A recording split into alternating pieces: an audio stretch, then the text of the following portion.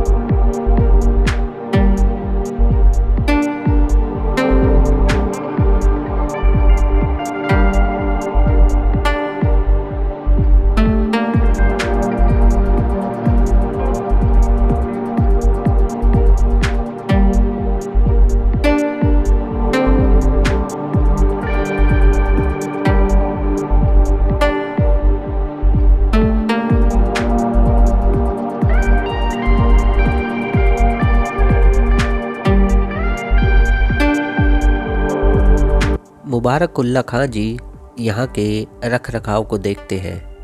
उन्होंने बताया कि आसपास के लोगों की कोई खास दिलचस्पी नहीं है इस मकबरे को बचाए रखने की, जिसके चलते उन्हें कई तरह की परेशानियों का सामना करना पड़ता है।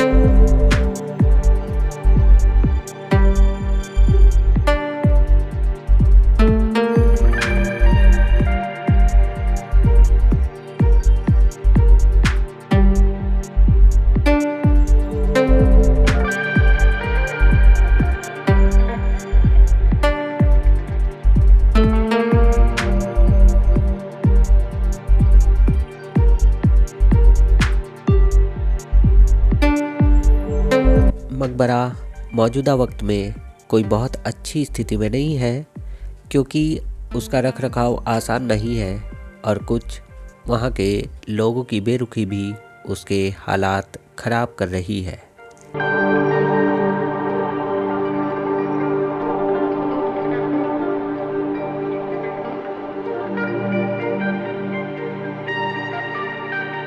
नवाब अफजाल अहमद खान जी, जो मिन्हाज जी के वालिद हैं, उन्होंने बहुत सी जानकारियाँ हमें बताई। महल था इनका नवाब खैरंदेश खां का, उसका दरवाज़ा था ये, जो खैदर पुलिस चौकी कहलाती थी। तो ये जो था ये इसका महल का दरवाज़ा था, फाटक था।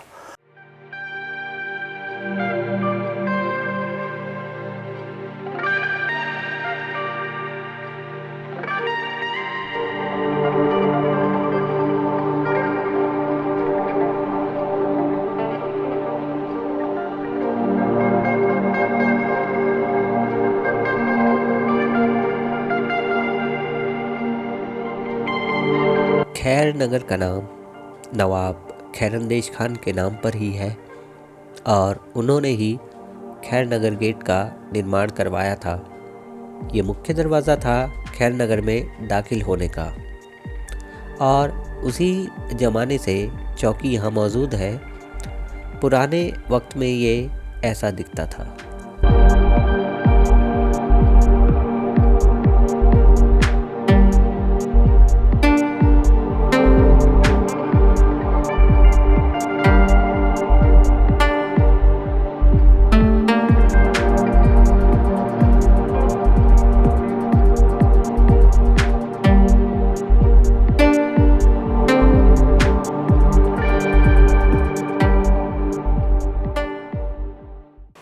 नवाब खैरंदेश खां के तो मकबरा है कोटी जन्नत शाह के हाथे में बना हुआ है, वही मुग़ल पीरियड का है। नवाब मुबारक अली खान ने उसे तामीर कराया था।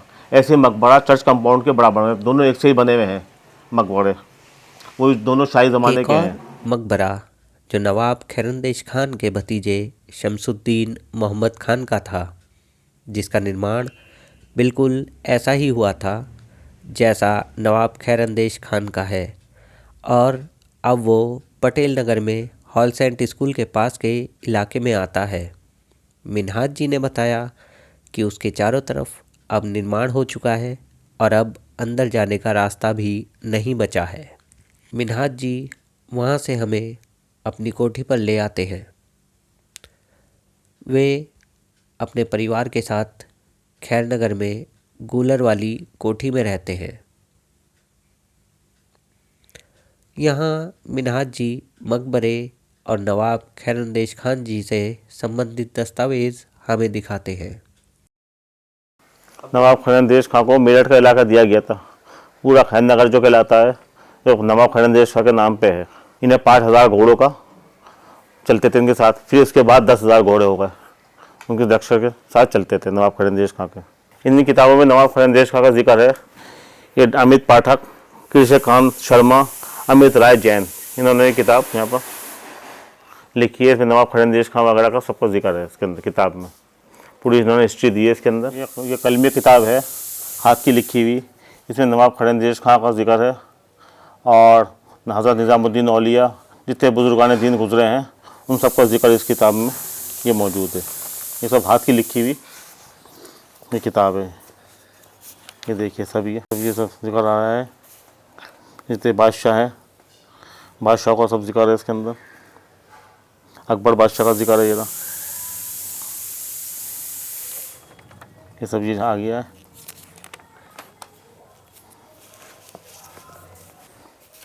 तो खस्ता हालत हो रही है इसकी। ये सब बड़ों का जिक्र इस पर ये लिखा हुआ है। शेख रुकनुद्दीन, शेख सदरुद्दीन, हज़रत निज़ामुद्दीन औलिया का पूरा जिक्र है इसके अंदर। ये सब हाथ की राइटिंग है उस ज़माने की। हम फिर आपसे मिलेंगे एक नई स्टोरी के साथ। तब तक के लिए नमस्कार।